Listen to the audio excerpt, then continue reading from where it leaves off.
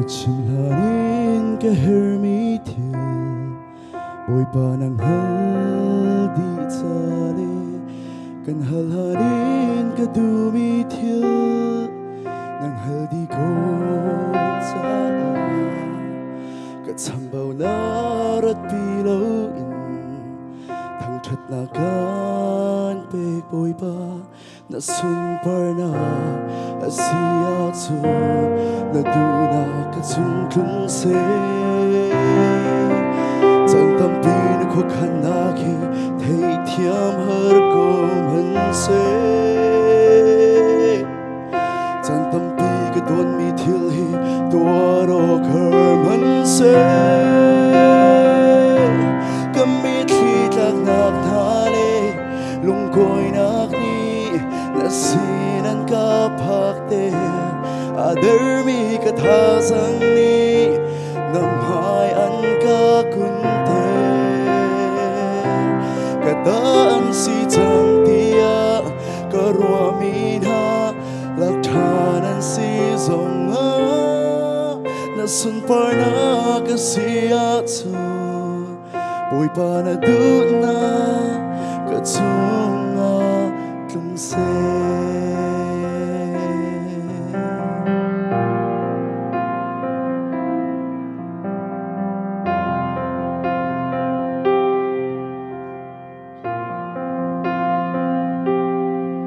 Katuahanin karwamitil Boy pa ng hadi tsari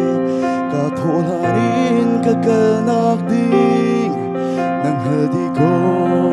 tsa Pushun nagzay man umlawin Kasining di laganpek Nasunpar na asiyatsu Naduna katsungklung se Zantampi ko kanaki Thay tiam har ko manse Zantampi ka don mi tilhi Duaro kar manse Kamit litak nak nale Lungkoy nak ni Nasinan ka pakte Adermi katasang ni Namhayan ka kunter Kataan si Tang Tia Karwamin ha Laktanan si Zonga Nasunpar na kasiyatsu Boy pa na dunang Katsunga tlungse Lay nak tsungin kan nun lo terding kan hello Bolay tsovain kan nun lo terding kan hello Sisi dor sa tiam nak tinlung roa nak run Gabi Mi talaw na kut tsungin lo terding kan hello Do dun ha tsunga lirul tsam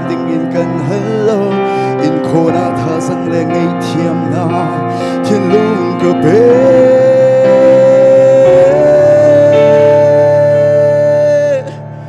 Kamit litak ng hari Lungkoy nang ni Nasinan ka pakte Adermi katasang ni Namhayan ka kunte Kadaan si Tang Tia Karwamin ha Kasinin laktanan si Zonga